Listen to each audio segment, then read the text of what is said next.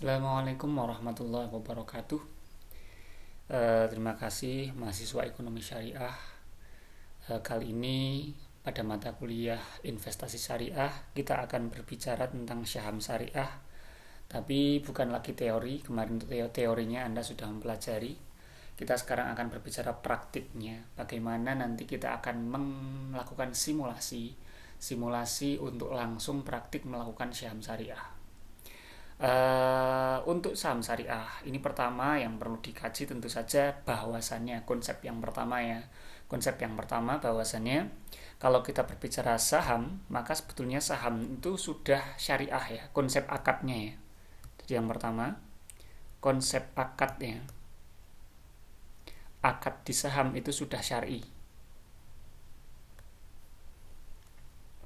akadnya. Cuman yang jadi masalah kalau kita berbicara akad saham ini nanti sahamnya itu sendiri kan ada dua ya. Ada produknya atau kita katakan emitennya nanti. Emitennya ini nanti yang perlu dalam tanda kutip kita perlu bertanya. Apakah sudah masuk ke indeks atau belum? Indeks syariah ya. Indeks saham syariah. Dimana indeks saham syariah ini yang paling kita kenal ya, yang paling sering dikenal itu ada ISSI, ada CII, ada CII 70. Jadi dari indeks-indeks ini nanti perlu dikaji mana yang merupakan saham atau emiten di mana terindeks atau sudah masuk dalam kategori syar'i. Karena emiten ini sangat penting nanti. Di dalam investasi saham syariah kita tidak boleh memilih saham-saham yang misalnya perbankan konvensional atau mungkin rokok atau mungkin perusahaan-perusahaan yang memang terlibat di dalamnya ada perjudian, ada misalnya minuman keras, makanan tidak halal dan seterusnya. Jadi itu sebetulnya yang perlu diseleksi di dalam emiten ini, dimana kaitannya sama ISSI, CII sama CII 70 itu dia merupakan cap halalnya, mudahnya gitu. Ini adalah cap halal ya, cap halal kalau dalam makanan itu cap halal.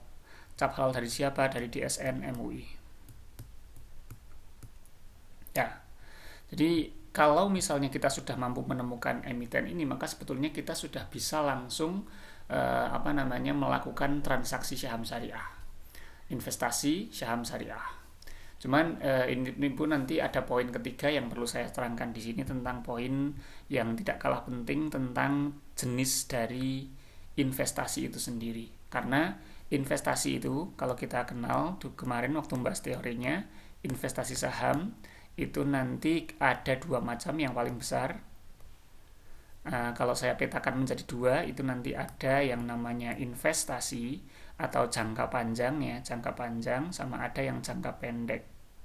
Ada yang jangka pendek. Nah, untuk yang jangka panjang dan jangka panjang itu yang biasa kita kenal sebagai investasi saham. Kita kenal sebagai investasi. Sedangkan yang jangka pendek itu yang kita kenal sebagai trading. Dimana nanti pun untuk investasi jangka panjang ini pun nanti macam-macam jenisnya. Ada yang di atas 1 tahun, di atas 2 tahun, di atas 5 tahun, 15 tahun dan seterusnya. Sedangkan trading itu ada yang harian, ada yang mingguan, ada yang bulanan kan gitu. Nah dari dua macam ini, kalau kita katakan trading itu sebetulnya di dalamnya itu dia nanti hanya berbicara tentang spekulasi. Spekulasinya sangat besar. Nah, disinilah kita nanti berbicara bahwasannya ketika berbicara saham syariah, investasi saham syariah kita tidak akan menggunakan trading. Jadi trading ini tidak akan dipakai, yang dilakukan adalah investasinya, artinya jangka panjang. Jadi tidak dilakukan investasi jangka pendek, tapi yang dilakukan adalah investasi jangka panjang. Nah, sekarang kita coba untuk mengingat-ingat kembali tentang bagaimana saham itu diperjualbelikan ya, atau kita katakan bagaimana proses saham itu ditransaksikan. Oke. Kalau kita berbicara tentang transaksi saham, berbicara tentang transaksinya itu tidak akan terlepas dari bahwasannya transaksi itu berasal atau induknya itu ada di IDX ya. Induknya ada di IDX. Jadi IDX itu adalah induk atau pasarnya atau bursanya ya, Indonesian Stock Exchange, atau kalau dalam bahasa kita itu Bursa Efek Indonesia. Bursa Efek Indonesia, BEI. Di BEI inilah terjadi yang namanya orang menawarkan saham dan orang membeli saham, jual belinya. Tapi kita kemarin juga sudah membahas bahwasannya emiten, ya, ada emiten di sini. Emiten itu macam-macam. Emiten itu ada yang tadi ya, misalnya Unilever, perusahaan konsumsi ya. Ada lagi perbankan misalnya BRI, BNI, BCA misalnya. Lalu misalnya ada perusahaan makanan yang lain, Indofood, dimana masing-masing nanti mempunyai simbolnya sendiri-sendiri ya. Lalu misalnya lagi selain itu ada lagi misalnya Telkom, Friend, atau Axis, atau mungkin XL gitu ya, dan lain sebagainya. Intinya perusahaan-perusahaan yang memang mereka itu memiliki kepentingan untuk menjual sahamnya. Dimana ketika perusahaan-perusahaan besar ini ingin menjual saham, maka mereka melakukan yang namanya IPO ya. IPO, mudahnya menerbitkan saham atau menerbitkan IPO, di mana IPO ini diterbitkan sehingga nanti perusahaan-perusahaan tersebut atau emiten tersebut nanti akan memperoleh hak untuk memperoleh aliran dana dari saham yang mereka jual. Tapi konsekuensinya adalah kepemilikan dari sahamnya nanti akan diperoleh atau dibagi dengan nasabah atau orang yang membeli sahamnya itu sendiri. Jadi di sini itu nanti ada investor. Investor itu kita selaku investor di sini. Investor berarti orang ya di sini ya. Berarti ketika investor itu ingin melakukan transaksi saham, maka yang perlu dilakukan dia harus masuk ke sekuritas. Nah, sekuritas atau yang dalam bahasa lainnya kita bisa katakan sebagai broker.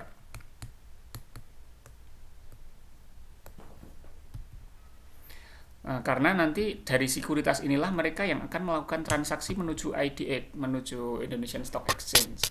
Jadi nggak bisa seseorang ingin bertransaksi saham langsung menuju IDX, itu nggak bisa. Dia harus pergi dulu ke sekuritas yang memang dipilih. Sekuritas ini macam-macam. Kalau yang memang terbesar, yang kelas bisnis, artinya kelasnya itu kelas tinggi, itu bisa pakai BNI Sekuritas, Mandiri Sekuritas, Indo Premier, dan lain sebagainya ya. Indo Premier misalnya. Indo Premier, lalu Mandiri Sekuritas, dan seterusnya. Tapi yang perlu digarisbawahi di sini adalah ternyata kalau kita berbicara tentang saham syariah saat ini, itu kita sudah memiliki keuntungan. Keuntungannya adalah karena di zaman ini teknologi itu sudah sangat pesat sekali.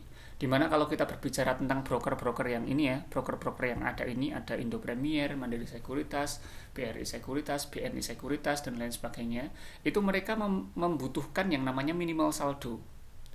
Pembelian itu awal itu harus membuka rekening, di mana membuka rekening saham. Jadi nanti ketika pengen transaksi saham gitu nanti kita harus membuat rekening sendiri, bukan rekening yang kita punyai.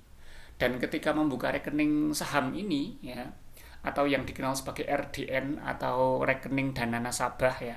Ketika kita berbicara RDN atau rekening dana nasabah, itu nanti kita harus memberikan saldo minimal. Saldo minimal ada yang 10 juta, ada yang 3 juta, dan lain sebagainya.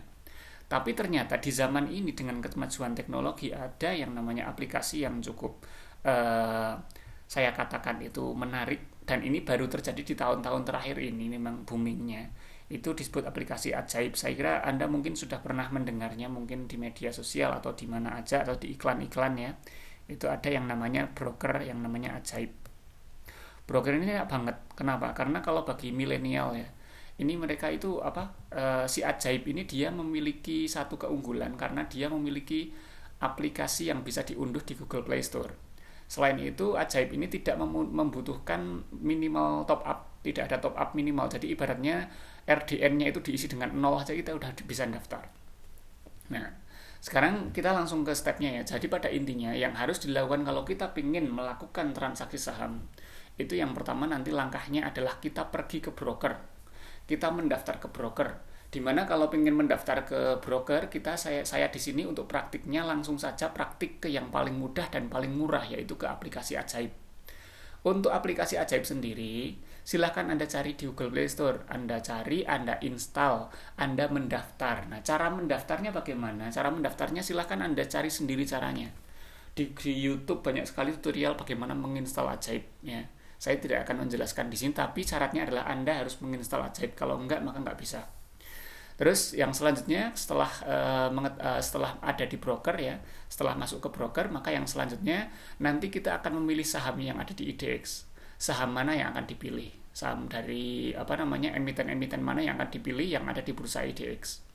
Di mana nanti di dalam aplikasi Ajaib nanti kita bisa tahu mana sih sebetulnya mana saja emiten-emiten yang termasuk di dalam indeks ISSI JII 70 atau JII, atau misalnya yang ibaratnya yang harganya sedang bagus-bagusnya, yang perusahaan sedang naik-naiknya, itu nanti bisa kita cari semua di aplikasi Ajaib ya. Di aplikasinya ya, sebetulnya di aplikasi ini pun ada semua ya, di Indo Premier, di Mandiri Sekuritas itu ada semua juga, tapi aplikasinya kadang mereka langsung pakai komputer, tapi kalau Ajaib ini bisa diakses di HP langsung. Oke, kita langsung ke praktik. Yang pertama, Anda silahkan install dulu aplikasinya Ajaib ya, yang dimana Ajaib ini merupakan salah satu daftar broker di IDX ya. Ini saya buktikan, ini ada contohnya di sini. Kalau saya buka di idx.co.id,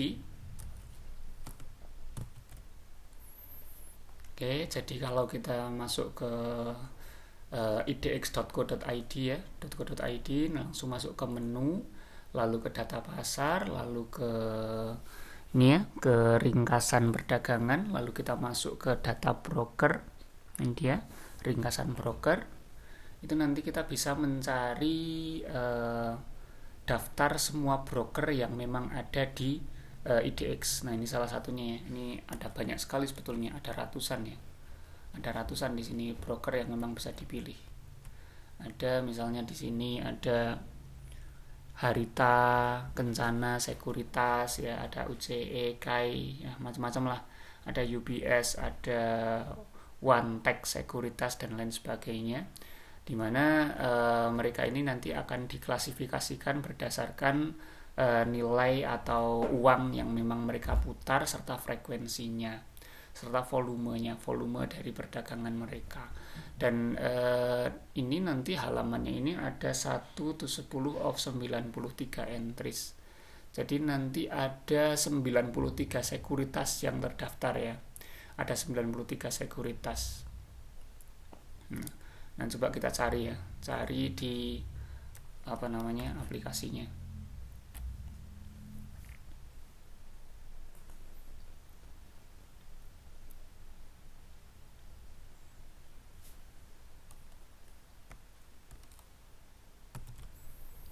Nah, ini bisa dilihat ada di halaman ke-9 dari daftar brokernya, di mana ini juga volume, frekuensi, dan nilainya juga sangat besar sekali ini kalau kita rupiahkan ya.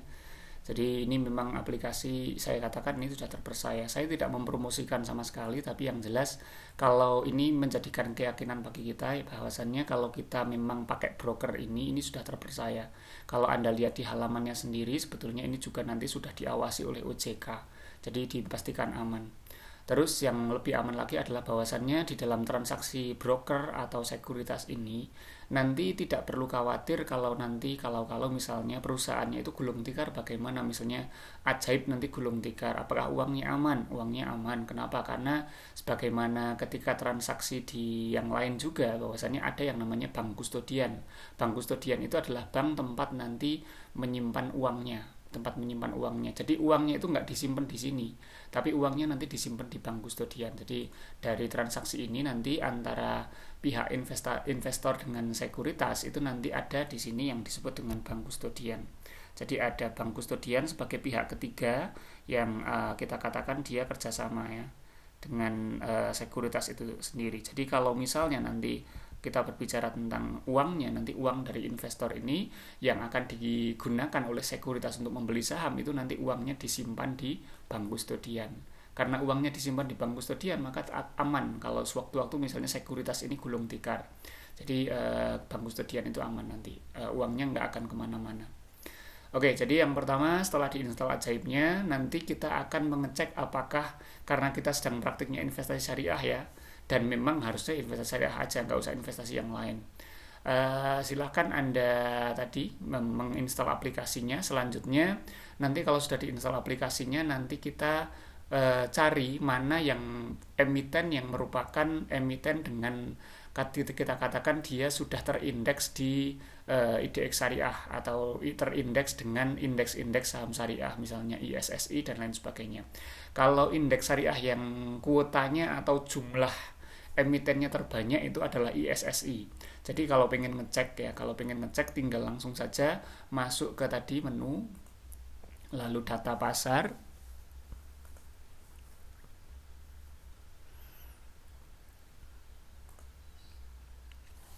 Jadi menu data pasar, lalu data saham, lalu indeks saham.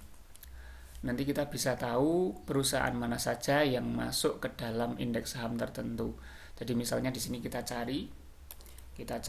ketikkan di sini nama indeksnya adalah ISSI. Nah, diklik seperti itu, kita klik, lalu pada tahun 2021. Oke. Pada tahun 2021 indeks ISSI kita cari. Oke. Maka akan muncul di sini.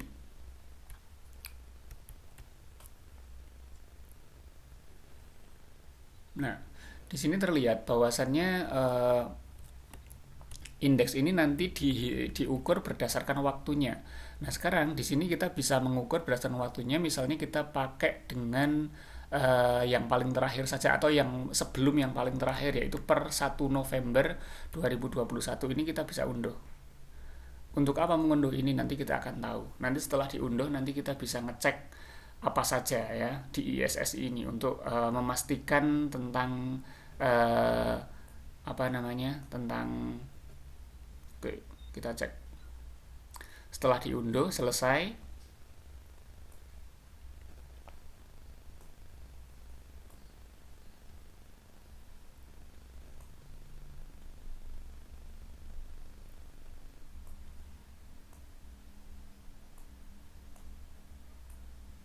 Nih, unduhannya udah selesai, kita buka.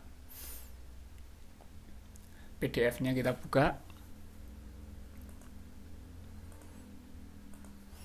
Jadi di dalam unduhan ini ada membernya. Yang pertama kita bisa buka membernya dulu.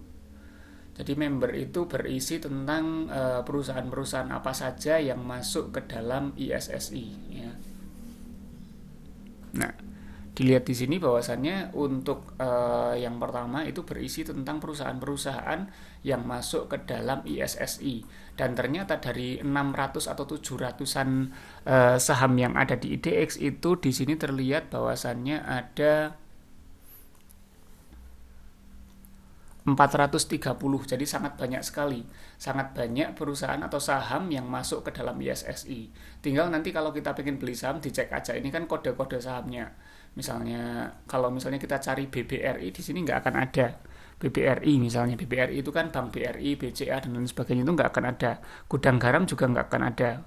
Yang ada adalah BRIS atau BRI Syariah ya. Kalau yang BCA, BRI biasa atau konvensional itu nggak akan ada di sini.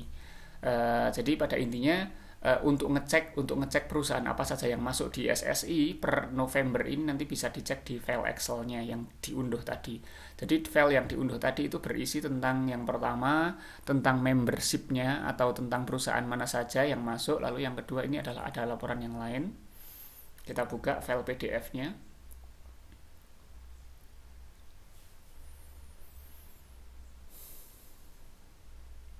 Oke. Di file yang PDF ini nanti berisi tentang, harusnya daftar juga sih. Nah iya, berisi daftar, tapi daftarnya sudah berisi juga tentang namanya ya, tentang apa saja perusahaan yang sudah masuk di sini. Jadi intinya gini, intinya kalau kita pengen ngecek indeks yang sudah masuk ke dalam indeks ini perusahaan apa saja, itu bisa dicek di sini, bisa dicek di file PDF-nya, di file Excel-nya juga bisa ya. PDF juga bisa. Misalnya Anda pengen ngecek apakah misalnya eh, kalau di file PDF itu kan bisa pakai fitur pencarian juga ya. Fitur pencarian tinggal Ctrl F atau diklik di kotak find ini, misalnya pengen mencari B C A misalnya, cari, ternyata nggak ada BCA ya. Terus misalnya kita pengen mencari IC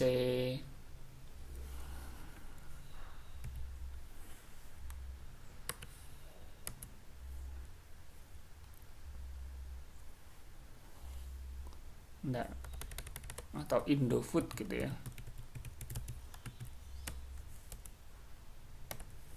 Oh maaf.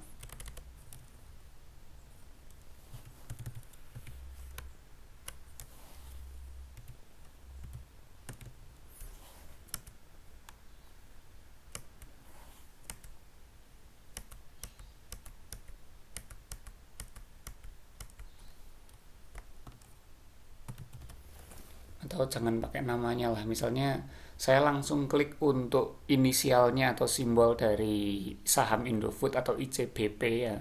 Jadi ICBP saya tulis di sini, langsung saya cari, find, oke, langsung ketemu. Jadi pada intinya Indofood ini dia adalah perusahaan yang memang sudah terdaftar di ISSI, jadi nggak perlu khawatir dia merupakan uh, perusahaan yang nggak syar'i. Ininya kalau perusahaan makanan halal gitu ya, syar'i. Lalu ada INDF juga, Indofood Sukses Makmur, ini juga sama, INDF ya. Kenapa saya melihat saham-saham makanan? Karena memang untuk saham-saham makanan itu adalah saham yang sampai kapanpun akan selalu dibutuhkan. Jadi kalau misalnya kita ingin praktik ya, mencoba untuk menggali ilmu tentang bagaimana investasi saham, itu yang paling enak itu ya masuk aja investasi ke perusahaan-perusahaan yang memang dari sisi taraf resikonya kecil, walaupun keuntungannya juga kecil, tapi di waktu ke waktu dalam kondisi apapun yang namanya makanan itu akan selalu dibutuhkan, atau perusahaan konsumsi, terutama konsumsi memang yang berkaitan dengan makanan. Indofood, karena ICBP atau Indofood itu tadi kan dia produk utamanya kan Indomie, dan Indomie itu memang grade-nya akan selalu naik kan gitu. Kalau mungkin bertanya bagaimana cara memilih saham yang baik, nah itu pertimbangannya banyak sekali. Salah satu pertimbangan yang bisa kita acu adalah pada intinya kalau pengen yang selalu cenderung untuk apa namanya terus naik ya, cenderung untuk terus naik di dalam kondisi apapun, pandemi dan lain sebagainya, itu carilah perusahaan konsumsi. Perusahaan konsumsi itu nanti bisa dicek apa aja, itu nanti Anda bisa cari sendiri. Nah sekarang pada intinya untuk ngecek apakah suatu perusahaan itu masuk ke dalam indeks syariah, tinggal dicari dengan cara seperti tadi, download, lalu dibuka file PDF-nya atau file Excel-nya, nanti akan muncul daftar perusahaan yang masuk ke dalam indeks syariah. Nah setelah seperti itu apa yang harus dilakukan? Yang harus kita lakukan ya langsung aja, kita langsung praktek setelah diinstal aplikasi ajaibnya. Berikut saya tampilkan ya aplikasi ajaibnya seperti apa. Jadi kurang lebih aplikasinya itu seperti ini. Untuk cara menginstalnya saya jelas tidak perlu memberikan arahan. Untuk cara mendaftar, nah itu mungkin ya. Cara mendaftar Anda silahkan cari sendiri caranya ya. Jadi bagaimana cara mendaftarnya? Uh, Ya, ini saya tinggal langsung masuk saja karena memang saya sudah terdaftar, saya sudah masuk. Kalau saya sudah masuk, saya tinggal klik aja masuk dengan Google gitu, selesai. Karena memang saya sudah daftar. Jadi pada intinya kaitannya sama aplikasi ini ya, kaitannya sama aplikasi ini itu terintegrasi dengan Google, lalu terintegrasi juga dengan rekening kita. Jadi Anda memang syaratnya kalau ingin mendaftar di broker manapun itu harus punya rekening bank yang memang sudah terdaftar ya.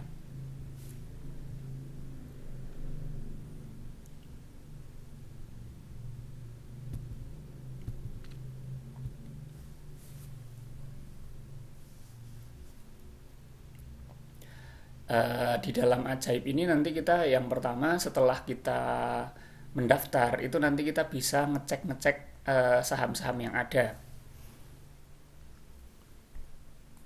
Selain bisa ngecek saham yang ada, nanti kita juga bisa ngecek bagaimana pertumbuhan suatu saham, grafik suatu saham dan lain sebagainya.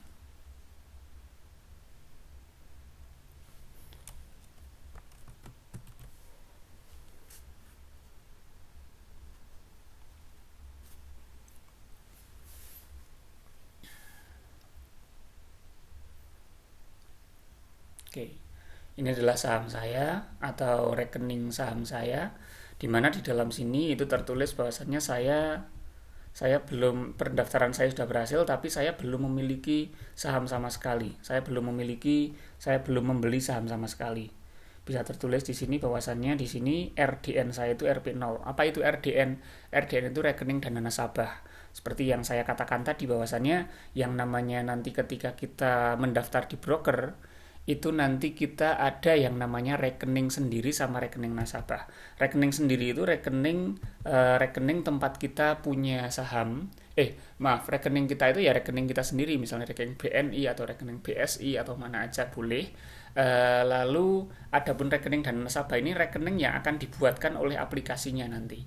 Nanti kita akan dibuatkan oleh si aplikasinya ini tentang rekening baru, di mana rekening baru itu nanti akan digunakan untuk membeli saham. Dimana kalau di sini itu rekening yang saya punya itu adalah rekening Bank Permata. Ngeceknya di mana ya?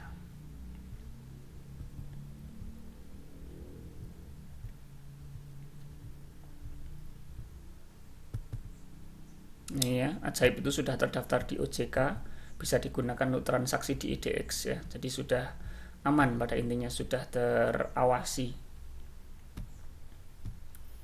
Kalau nggak salah ada di profil ya, portofolio.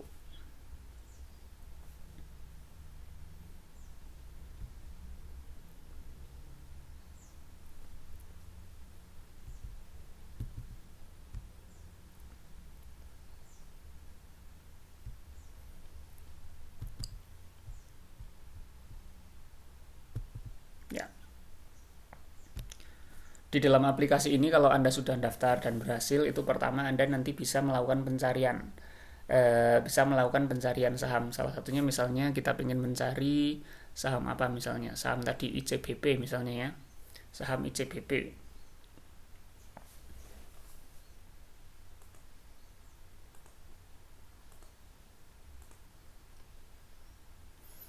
Diklik. Nah, di sini nanti kita bisa melihat perkembangannya mulai dari 1 hari, 1 minggu, 1 bulan, 1 tahun, dan seterusnya. Dan memang yang namanya saham, sebagaimana yang dulu pernah kita bahas pula, bahwasanya saham itu resikonya memang besar. Resikonya besar, tapi keuntungannya memang paling besar. Dan kalau kita berbicara tentang keuntungan ini, kalau kita berbicara investasi, itu bukanlah suatu spekulasi. Tapi kalau berbicara trading, itu nanti berbicara spekulasi. Jadi pada intinya gini, kalau kita ingin praktik saham syariah, itu maka pastikanlah transaksi Anda itu adalah transaksi investasi. Berarti transaksi yang memang jangkanya itu panjang, 5 tahun, 10 tahun, dan lain sebagainya. Kalau transaksi Anda kok pengen 1 bulan pengen dijual lagi, nah itu namanya trading. Atau misalnya 1 hari langsung dijual, itu juga trading. Trading itu spekulasinya sangat tinggi. Dan analisanya sebagaimana yang dulu pernah kita bahas pula, kalau trading itu analisanya adalah technical, kalau investasi itu analisanya adalah fundamental atau fundamental analysis. Nah, sekarang akan saya contohkan juga bagaimana sih sebetulnya kalau kita berbicara tentang trading sama sama investasi. Di sini terlihat bahwasannya ada beberapa grafik. Saya contohkan di sini ada ICBP ya. ICBP pada 1 tahun terakhir, 1 tahun itu grafiknya memang turun, tapi di akhir-akhir ini sudah mulai naik kembali. Kenaikannya itu ada di range harga sahamnya itu ada di range 8.000, 8.400 ya. Sekarang ini ada di angka 8.800 dan dulu pernah sangat naik ketika tertingginya itu ada di angka sekitar 9.600. 9.600 itu satu lembarnya, berarti kalau satu lot itu 960.000 ya. Pernah harga 960.000 dan sekarang ada di kisaran harga 800 berapa ini? Nggak kelihatan, kecil sekali. 8.800. Artinya kalau satu lot berarti 880.000. Dan itu perkembangan selama 1 tahun seperti ini. Ya, tentu saja kalau kita berbicara investasi ya, kalau Anda beli satu lot, itu satu lot tidak akan, keuntungannya juga nggak banyak. Tapi pada intinya kita bisa melakukan analisis fundamental di sini. Kalau kita berbicara analisis fundamental, maka kita harus tahu perkembangan tahunannya. Perkembangan tahunan di sini misalnya dalam 1 tahun terakhir seperti ini, dalam 5 tahun terakhir seperti ini. 5 tahun terakhir ini kita bisa lihat ya, justru harga naik itu pada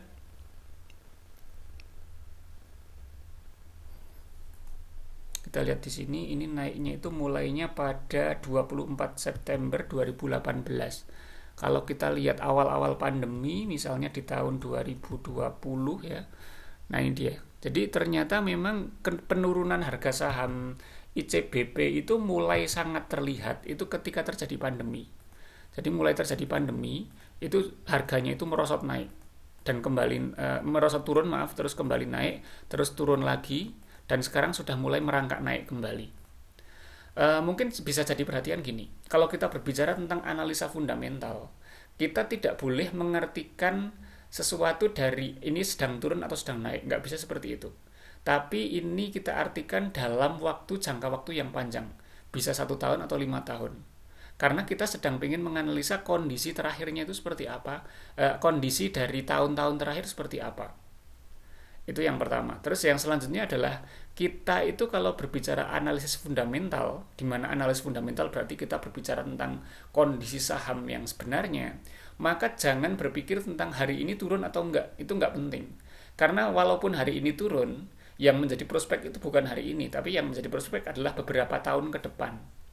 Maka dari itu, kalau kita ingin melakukan analisis fundamental, yang harus dilakukan pertama kali adalah ngecek perusahaannya. Perusahaannya itu benar-benar perusahaan yang bagus atau tidak. Perusahaan yang bagus, perusahaan yang sesuai dengan zaman ini atau tidak. Apakah misalnya ini adalah perusahaan transportasi, padahal misalnya sekarang transportasi sedang pengen bergulir ke perusahaan transportasi kendaraan listrik misalnya. Bisa jadi saham dari perusahaan-perusahaan transportasi nanti akan turun dengan drastis karena memang akan tergusur dengan perusahaan yang lain misalnya gitu. Atau saham Telkom misalnya. Telkom tidak mengeluarkan produk-produk yang bagus karena sekarang sedang gencar-gencarnya ingin melakukan 5G misalnya, dan 5G ini nanti akan menggusur perusahaan-perusahaan sebelumnya. Di mana Telkom tidak mengusung 5G misalnya, nanti Telkom akan turun. Nah, kalau Anda punya analisa semacam itu, maka jangan beli Telkom. Jangan beli perusahaan transportasi. Tapi misalnya membeli perusahaan-perusahaan yang akan memiliki dampak baik di tahun-tahun ke depannya. Misalnya tentu saja makanan. Makanan konsumsi itu tidak akan pernah mati. Itu kebutuhan primer semua orang, tidak akan pernah mati. Yang selanjutnya misalnya kita berbicara perusahaan makanan kesehatan misalnya. Kesehatan juga nggak akan pernah mati. Bahkan cenderung naik kalau kita berbicara tentang kondisi pandemi kan gitu. Jadi pada intinya analisis fundamental itu kayak gitu, melihat perusahaannya langsung, jenis perusahaannya seperti apa. Lalu yang selanjutnya adalah kita nanti melihat laporan keuangan. Nah, untuk melihat laporan keuangan ini nanti akan saya bagi, atau pembahasannya tidak di sini, nanti akan saya bahas di video yang terpisah karena analisa keuangan itu cukup repot, bahkan bisa bertahun-tahun kalau ingin mempelajari analisa keuangan suatu perusahaan atau portofolio keuangan perusahaan. Jadi analisa keuangan pembukuannya ya, analisa pembukuan perusahaan itu seperti apa, itu adalah analisa fundamental yang paling utama. Yang pada intinya kalau ingin melakukan analisa fundamental, maka harus menganalisa keuangan perusahaannya, pembukuannya bagaimana, pembukuan tahunannya seperti apa, naik turun dan lain sebagainya, hutangnya berapa, penghasilan kotornya berapa, lalu penghasilan bersihnya berapa, dan lain sebagainya. Itu yang dijadikan patokan. Mudahnya gini, kalau yang namanya analisa fundamental itu kita mengkaji perusahaan plus produknya. Jadi logikanya, kalau misalnya ada produk makanan, dan makanan itu misalnya ukurannya kecil sama ukurannya besar, maka jelas kita katakan yang besar lebih mahal. Dan analisa fundamental berbicara di sana. Perusahaan dengan makanan yang lebih besar, lebih enak, nanti pasti akan lebih laku, akan lebih maju. Jadi kita kita menganalisa kondisi realitas dari perusahaannya. Itu namanya analisa fundamental. Dan itu pula yang kita katakan sesuai dengan syariat Islam. Karena itu nanti kita berbicara tentang bahwasannya harga naik karena memang perusahaannya bagus, harga turun karena perusahaannya memang sedang mengalami penurunan, bisa karena kinerjanya, bisa karena produknya yang memang udah nggak laku dan lain sebagainya. Jadi nanti fair, kita nanti dapat keuntungannya karena memang perusahaannya bagus, dapat kerugian juga karena memang perusahaannya turun. Itu namanya analisa fundamental. Berbeda dengan analisa teknikal. Kalau analisa teknikal itu nanti harga naik itu karena banyaknya permintaan. Sebagaimana teori ekonomi yang kita kenal ya. Kalau ada permintaan naik ya, itu nanti harga itu akan naik. Kalau ada permintaan itu turun, maka harganya pun akan turun, kan gitu. Artinya penawarannya nanti juga akan justru yang akan naik, kan gitu, dan seterusnya. Nanti kita bahas di situ. Analisa tentang trading. Saya nanti akan membahas bagaimana trading itu nanti kok masuk ke ranah spekulasi. Oke, yang pada intinya silahkan Anda install dulu aplikasi ajaibnya, lalu Anda cek beberapa saham yang menurut Anda itu prospek untuk dibeli. Nanti sekalian kalau memang Anda ingin mencoba, silahkan Anda langsung transfer di RDN Anda masing-masing, Anda langsung beli. Jadi kalau mau beli ini tinggal digeser ke bawah ya. Tinggal digeser ke bawah. Tinggal beli gitu aja. Nah, di bagian paling bawah ini nanti bisa klik beli. Nah, ini nanti kita bisa membeli kalau misalnya saldonya memang cukup. Ya, tapi kalau misalnya nggak punya uang ya nggak bisa beli kan gitu. Jadi pada intinya nanti kita bisa langsung beli kalau memang saldo RDN-nya sudah terpenuhi atau sudah diisi. Sekarang akan coba saya terangkan bagaimana sih proses kok bisa yang namanya saham antara yang trading sama investasi, kok trading itu kok terlalu banyak spekulasinya. Itu prosesnya bagaimana? Saya terangkan di sini. Sekarang kita berbicara tentang teori yang dulu banget, teori ekonomi dasar ya. Teori ekonomi dasar yang menyatakan bahwasannya kalau kita punya sebuah kurva ya, kurva di sini menyatakan QD itu jumlah permintaan, lalu di sini menyatakan harga atau P, maka yang terjadi adalah kalau ada QD dan P, QD itu jumlah permintaan, maka grafiknya itu seperti ini, turun, berbanding terbalik. Artinya apa? Kalau harga semakin naik, ya, kalau harga semakin naik, maka permintaan akan semakin turun. Ya. Mudahnya kalau misalnya harganya di sini, harganya misalnya 1. Kalau harganya 1 itu justru nanti permintaannya tinggi, karena nanti di sini permintaannya tinggi. Tapi kalau misalnya harganya itu semakin naik, misalnya di sini, maka justru malah permintaannya akan turun, ya. Karena permintaannya menjadi di sini, bukan lagi di sini tapi turun menjadi di sini. Misalnya dari semula itu 10 misalnya, nanti permintaannya hanya ada 5. Kenapa demikian? Karena yang namanya daya beli masyarakat tidak bisa dibohongi. Kalau misalnya seseorang itu punya anggaran belanja 100.000 per hari dan ternyata harganya itu naik 2 kali lipat, otomatis tentu saja nanti yang semula harusnya membelinya itu 2, itu nanti belinya cuma 1 tok. Artinya daya beli masyarakat pasti turun ketika harganya naik. Jadi hukum permintaan itu adalah ketika harga naik, yang terjadi adalah QD turun. Ya, itu hukum awal dari permintaan. Kalau hukum dari penawaran, ya, kalau hukum dari penawaran sebaliknya. Kalau hukum dari penawaran dalam kurva Kartesius, kalau ini P, ini adalah QS, ya. Kalau harga naik, maka penawaran pun akan naik, atau jumlah yang ditawarkan oleh penjual pun akan naik. Yang pada intinya penjual itu punya kecenderungan untuk mencari keuntungan sebesar-besarnya, kan gitu.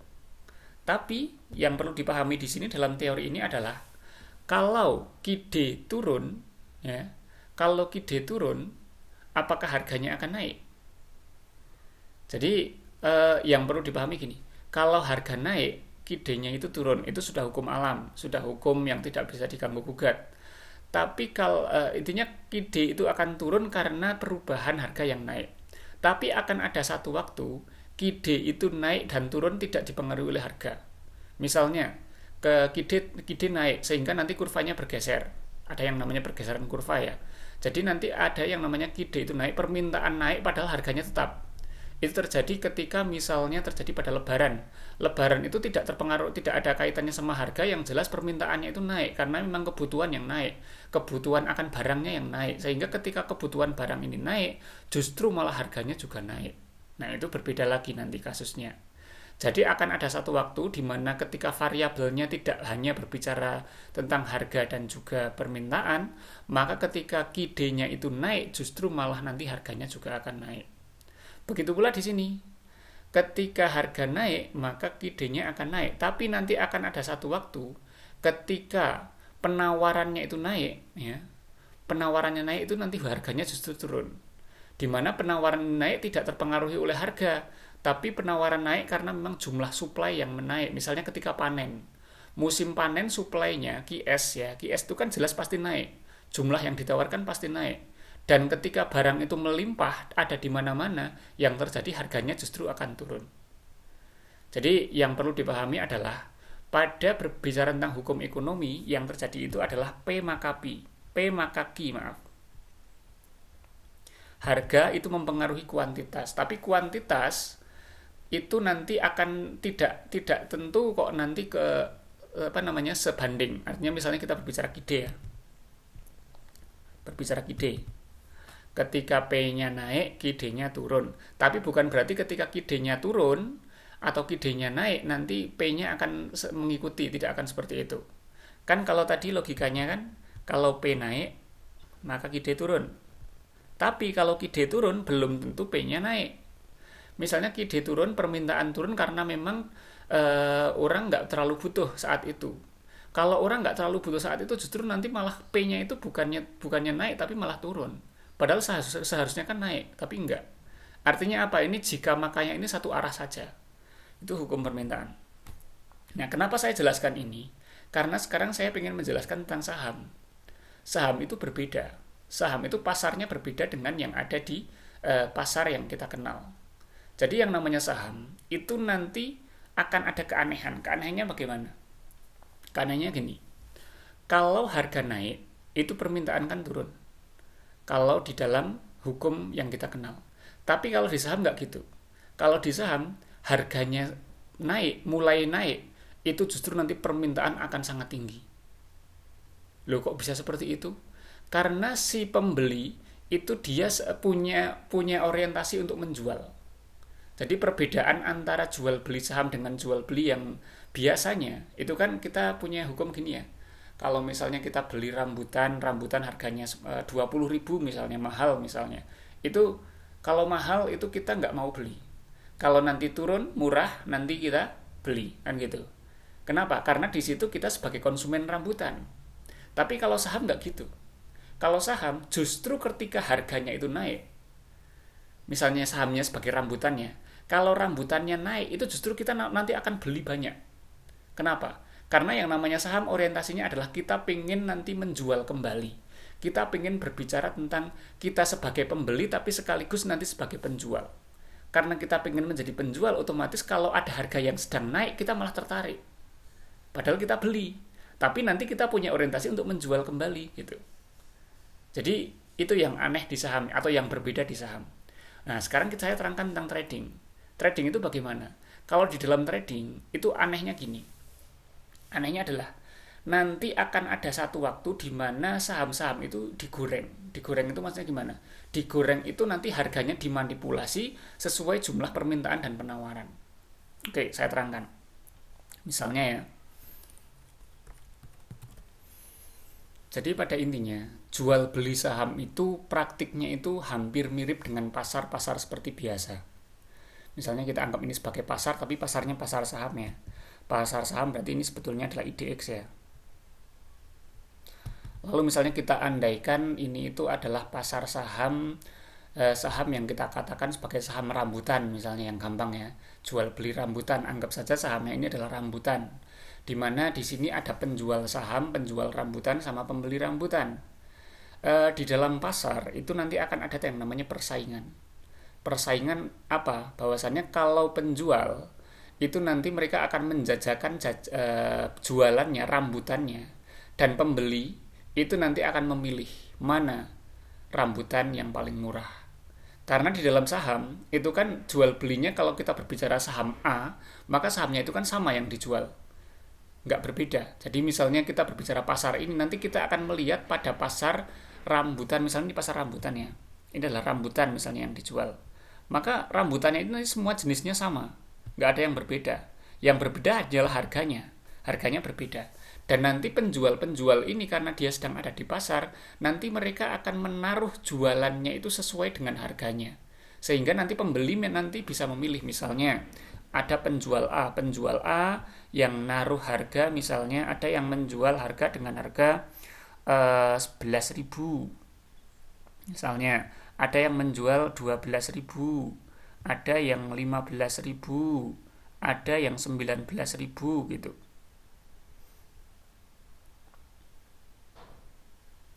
Jadi masing-masing nanti akan menaruh jualan rambutannya dengan masing-masing harga. Jadi nanti untuk orang yang pengen menjual harganya 11.000 nanti naruh rambutannya di sini. Untuk yang pengen menjual 12.000 nanti rambutannya ditaruh di sini. Nanti di sini akan terlihat stoknya. Oh, yang menjual 11.000 ini ada 3 ton misalnya. Ada 3 ton rambutan. Yang di sini misalnya ada 5 ton misalnya, dan seterusnya. Nanti akan seperti itu prosesnya. Lalu si pembeli pun sama. Pembeli itu nanti cenderungnya mereka akan membeli yang paling murah. Kalau mereka mau langsung beli, mereka bisa langsung membeli yang ini. Udah, saya beli yang ini sampai stoknya habis. Baru nanti kalau stoknya habis, nanti berarti mau nggak mau pembeli yang lain harus membeli yang lebih mahal. Yang lebih mahal nanti yang paling mahal kan gitu. Tapi kalau selama yang 11.000 ini masih ada, tentu saja mereka akan membeli yang 11.000. Tapi nanti akan ada pembeli yang mereka nggak mau. Artinya gini, wah pokoknya saya nggak mau membeli harga yang 11.000.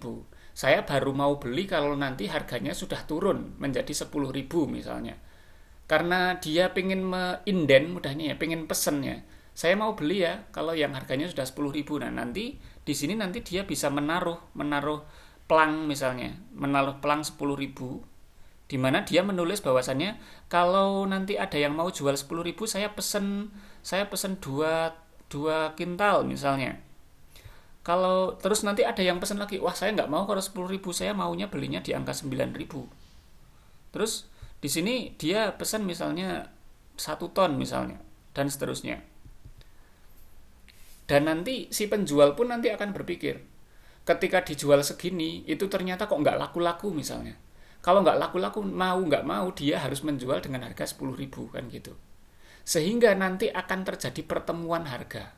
Akan terjadi pertemuan harga antara orang yang mau membeli dengan orang yang mau menjual.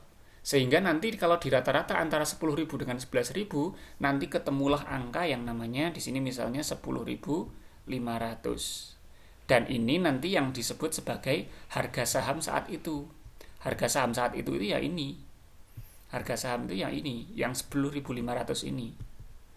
Nah, sehingga kalau pengen lihat berapa sih harga saham Indofood saat ini, berapa sih harga saham rambutan saat ini, ya ini 10.500. Berdasarkan apa? Berdasarkan orang yang mau membeli dengan orang yang mau menjual.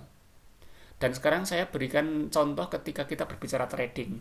Trading itu kan kaitannya nanti sama grafik ya. Grafik misalnya grafik itu naik gitu ya. Naik, turun, naik gitu kan. Kayak gini. Dan tadi yang seperti saya katakan, kalau misalnya harga itu pas mau naik ya, yang terjadi adalah justru malah permintaannya naik. Kenapa?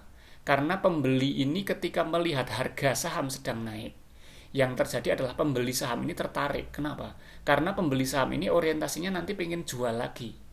Karena pengen jual lagi, kalau ada melihat ada saham yang perkembangannya itu bagus, naik, dia nanti belinya banyak. Justru malah dia tertarik untuk membeli. Ketika tertarik untuk membeli, yang terjadi apa? Yang terjadi adalah stok-stok di sini akan terbeli. Yang 11.000 akan terbeli, habis. Nanti karena ini grafiknya masih terus naik ya. Berarti kan karena ini karena ini yang stok 11.000 itu habis, maka tinggal yang 12.000. Karena tinggal 12.000, otomatis kan ini kan harganya yang semula 11.000 jadi 12.000. Ini naik lagi berarti. Malah justru semakin naik. Karena semakin naik, animo atau sentimen pembeli malah justru semakin naik lagi. Justru malah membeli lagi. Nah, dibeli lagi 12.000, habis tinggal 15.000, harganya jadi 15.000, naik lagi. Ketika udah mulai naik lagi, pembeli makin tertarik lagi. Wah, ini kok terus naik terus ini. Saya tertarik ini. Kalau saya beli ini nanti keuntungan saya besar. Nah, tambah naik lagi. Dan seterusnya terus seperti itu sampai nanti akan ada satu titik puncak di mana nanti harganya akan kembali turun. Nah, ini yang namanya trading, di mana nanti akan ada resiko yang sangat besar di sini. Boleh jadi kita membeli di sini pas harganya 20.000, nanti tiba-tiba naik sekejap menjadi harga 5.000 rupiah. Itu sangat mungkin sekali. Dan itulah efek negatif dari jual beli transaksi saham dengan metode trading. Karena saham-saham trading itu adalah saham-saham yang memang biasanya itu terjadi naik turunnya bukan karena perusahaannya, tapi terjadi naik turunnya karena mekanisme pasar tadi, adanya jumlah permintaan dengan jumlah penjualan. Dan biasanya juga gini, siapa sih kok yang menyebabkan ini tuh naik? Yang menyebabkan ini naik itu justru kadang malah ini, ada semacam kayak perjudian yang disebut sebagai bandar nanti. Ada bandarnya nanti. Memang persis perjudian nanti. Ada bandar, di mana bandar itu nanti punya kepentingan untuk untuk memanipulasi harga saham. Memanipulasi bagaimana? Jadi yang namanya bandar, dia adalah orang dengan modal yang sangat besar. Misalnya kita katakan di sini 1 triliun misalnya, atau 10 triliun. Jadi ini adalah orang yang memang sangat kaya, uangnya banyak sekali, dan dia mampu untuk memanipulasi kondisi transaksi saham. Dan biasanya yang dimanipulasi itu adalah saham-saham dengan harga yang cukup ringan. Misalnya yang satu lembarnya itu harganya 900 rupiah misalnya. Kalau harganya 900 rupiah itu kan berarti nanti kalau si bandar ini pengen katakan main-main di sini, itu kan modal yang dikeluarkan cukup kecil. Jadi cara bandar untuk memanipulasi itu gini. Misalnya ini harganya sedang turun-turunnya ya. Misalnya harganya sedang di angka 5.000. Atau inilah harga minimalnya sedang di angka 10.500. Pas di harga 10.500 ini, si bandar ini dengan uangnya yang sangat banyak, dia akan membeli saham ini. Membeli saham rambutan ini. Sehingga yang 11.000 terjual, yang 15.000 terjual, ini semua terjual, 20.000 terjual, 19.000 terjual. Karena yang ini semua terjual, yang tersisa kan harga yang mahal aja, berarti yang tersisa adalah 20.000. Kan gitu. Sehingga harganya itu kan naik dengan sekejap menjadi 20.000. Ya, menjadi 20.000. Misalnya seperti ini. Harganya naik menjadi 20.000 dengan sekejap. Dengan sekejap. Padahal orang ketika melihat, oh ini kok harganya naik, wah ini bagus prospeknya kan gitu. Apalagi kalau si bandar ini nanti dia punya media artinya punya kekuatan yang lain untuk misalnya dia pakai influencer, pakai media sosial untuk menginformasikan ini saham ini sedang bagus loh, ayo dibeli misalnya gitu. Dan nanti ini sahamnya akan terus naik gitu. Dan si bandar ini nanti akan menjual ketika ini pada titik tertentu. Misalnya sudah masuk ke angka 30.000. Angka 30.000 karena si bandar ini tadi yang membeli, kebanyakan yang membeli si bandar, artinya kan sahamnya itu masuk ke sini semua kebanyakan. Dan si bandar ini nanti dari saham-saham yang telah dia beli, dia akan menjual dengan seketika.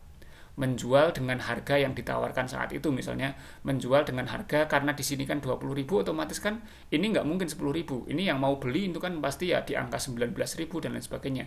Itu nanti dijual yang harga 19.000. Jadi nanti listnya itu kan ini misalnya 8.000 ya. Ini 7.000 gitu.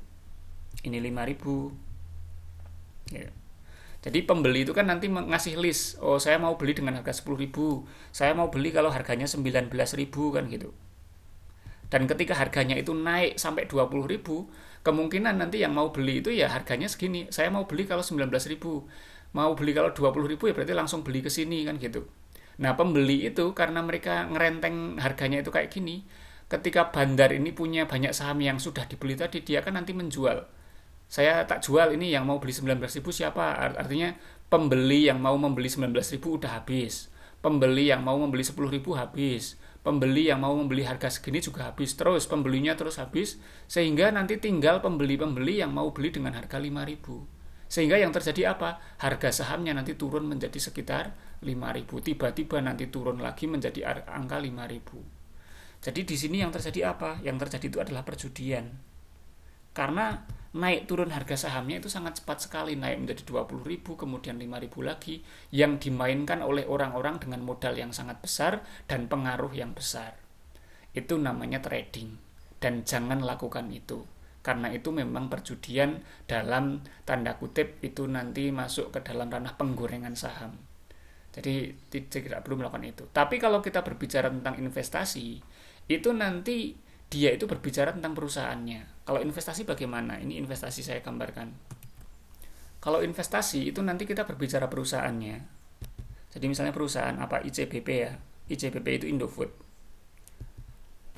Perusahaan ICBP itu nanti tentu saja akan terjadi naik turun sesuai dengan mekanisme permintaan dan penawaran juga. Misalnya nanti ketika permintaannya naik, nanti tiba-tiba grafiknya naik. Ketika permintaannya turun, nanti juga akan turun harganya, kan gitu.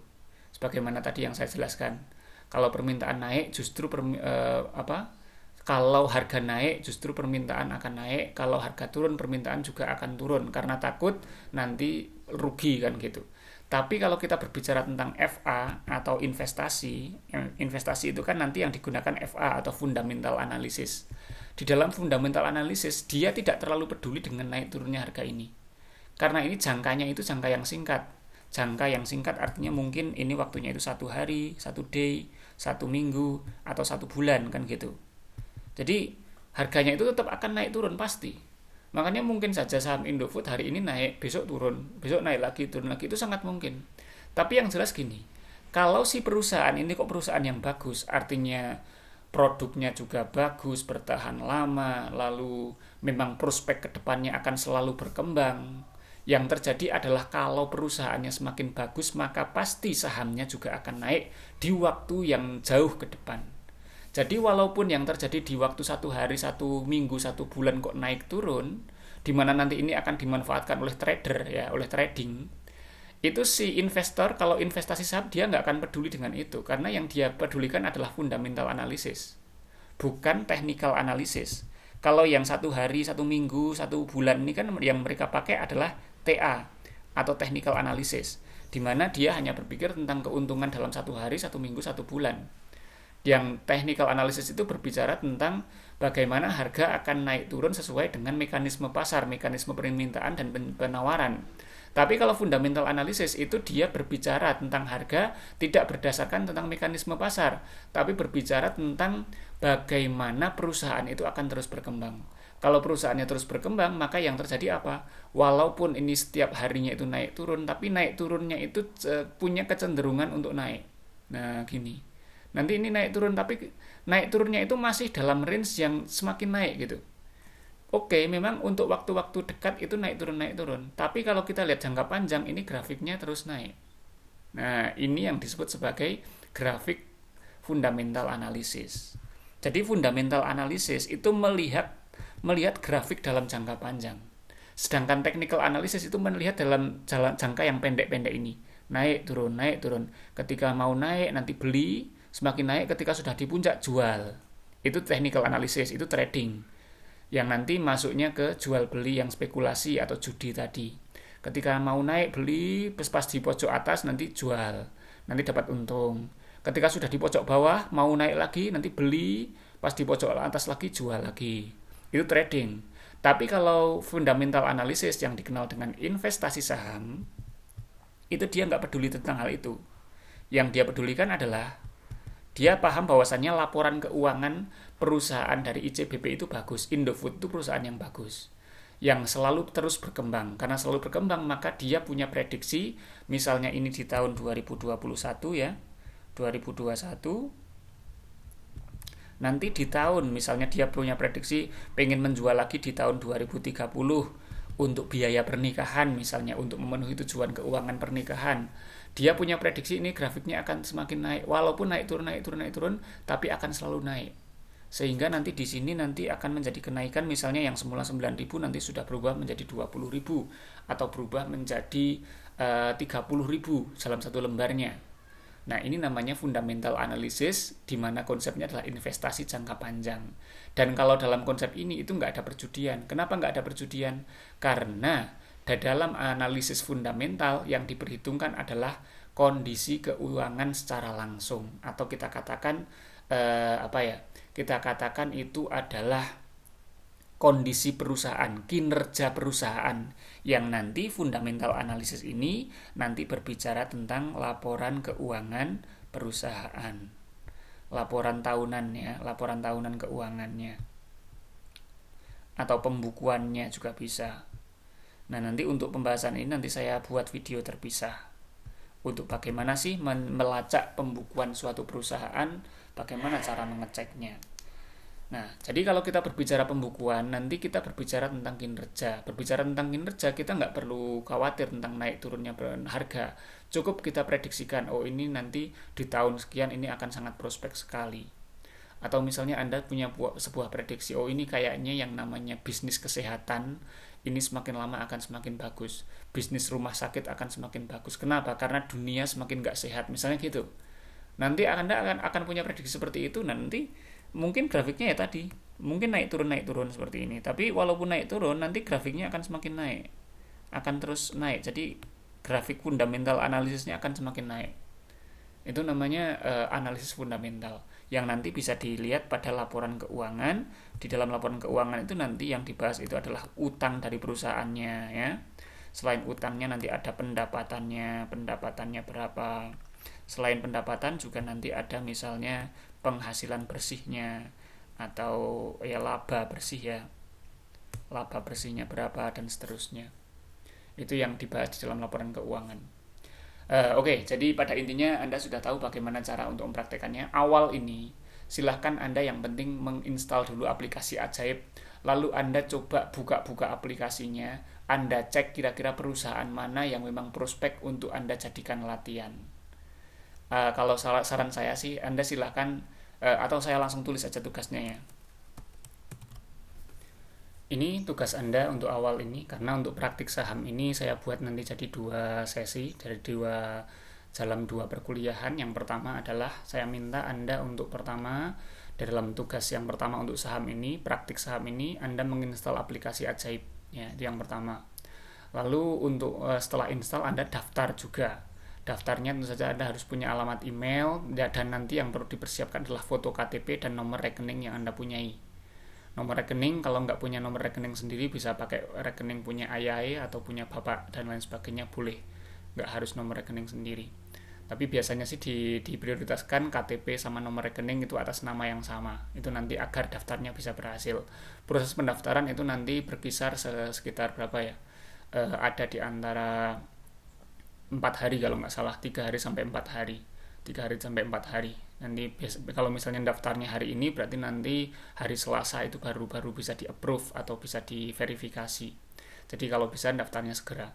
Lalu yang selanjutnya, nanti setelah Anda terdaftar di aplikasi Ajaib, bisa membuka aplikasinya. Nanti Anda coba cek perusahaan-perusahaan di kolom pencarian Ajaib aplikasinya. Nanti kan di kolom pencarian nanti ada menu eksplorasi untuk mengeksplor perusahaan-perusahaan apa saja yang ada di IDX, lalu perusahaan apa saja yang dalam kategori murah, best value atau best price ya, dengan harga terbaik, harga termurah. Lalu ada perusahaan dengan kinerja yang terbaik dan seterusnya. Dan dari nanti Anda melakukan eksplorasi itu, silahkan jawab pertanyaan nomor 3 ini. Yang pertama, saya minta untuk mencari yang pertama perusahaan dengan kinerja, dengan harga satu lotnya itu di bawah 100.000. Kalau satu lot di bawah 100.000 berarti harganya itu berkisar di ratusan rupiah per lembar. Berarti carilah saham yang harganya itu sekitar 900 rupiah, 800 rupiah, atau mungkin ada yang 500 rupiah dan seterusnya per lembarnya, sehingga satu lotnya nanti kurang dari 100.000. Terus kriteria selanjutnya adalah selain kurang dari 100.000, carilah yang bagus dibeli menurut Anda. Yang bagus dibeli menurut Anda itu berarti Anda nanti punya argumen sendiri. Menurut saya perusahaan ini bagus karena perusahaan ini adalah perusahaan konsumsi yang bergerak di bidang semacam ini, lalu produknya juga bagus, kedepannya pun prosesnya dan lain sebagainya. Anda jelaskan sendiri nanti. Anda jelaskan alasan Anda memilih perusahaan tersebut. Misalnya tadi, kalau misalnya saya pilih perusahaan apa misalnya ICBP misalnya ICBP atau perusahaan apa, karena kinerjanya demikian, karena prospeknya seperti ini dan seterusnya. Nanti Anda kasih pertimbangannya. Lalu yang selanjutnya adalah perusahaan terbaik menurut Anda. Kalau terbaik berarti saya tidak memberikan patokan harga. Jadi silahkan Anda cari perusahaan dengan harga per lembarnya terserah berapapun. Harga satu lotnya 1 juta juga nggak apa-apa. Yang jelas silahkan Anda cari satu perusahaan terbaik menurut Anda untuk dijadikan lahan investasi. Jadi silahkan Anda jawab 2 pertanyaan ini. Pertanyaan ini nanti kita akan follow up di pertemuan selanjutnya. Follow up artinya nanti kita akan lanjutkan di pertemuan selanjutnya. Kalau Anda sudah mengetahui perusahaan apa saja yang bagus, harapannya nanti minggu depannya lagi kita sudah bisa membeli saham secara langsung. Loh Pak, kalau membeli saham secara langsung berarti saya harus punya modal. Iya iya. Makanya nanti kalau misalnya terlalu mahal ya, Anda bisa praktekkan di satu kelas cukup membeli satu aja. Jadi nanti silahkan patungan dari satu kelas, patungan 10.000 kan bisa. Nanti satu akun untuk membeli, untuk jadikan pelajaran juga bisa. Tapi yang jelas di kelas ini harus ada praktek nanti, praktek untuk membeli saham langsung. Nah, dari 2 pertanyaan ini silahkan Anda jawab. Nanti kita lanjutkan minggu depan di pertemuan selanjutnya tentang praktik membeli saham secara langsung. Oke. Oh ya, untuk pertanyaan nomor 1 dan 2 ini silahkan dibuktikan dengan screenshot ya. Jadi ini kan nanti Anda melakukan pendaftaran, melakukan install dan juga pendaftaran. Nah, setelah didaftarkan itu nanti akun Anda yang di aplikasi Ajaib itu nanti Anda screenshot ya, Anda screenshot. Setelah Anda screenshot nanti dikopikan atau dipaste di MS Word. Dikopikan di MS Word lalu digabungkan dengan jawaban Anda yang ini. Jawaban nomor 3 dalam MS Word tersebut, lalu silakan nanti diupload di Google Form ya, diupload di Google Form. Oke, saya kira itu. Nanti untuk Google Formnya saya share via grup WA. Kurang lebihnya mohon maaf. Assalamualaikum warahmatullahi wabarakatuh.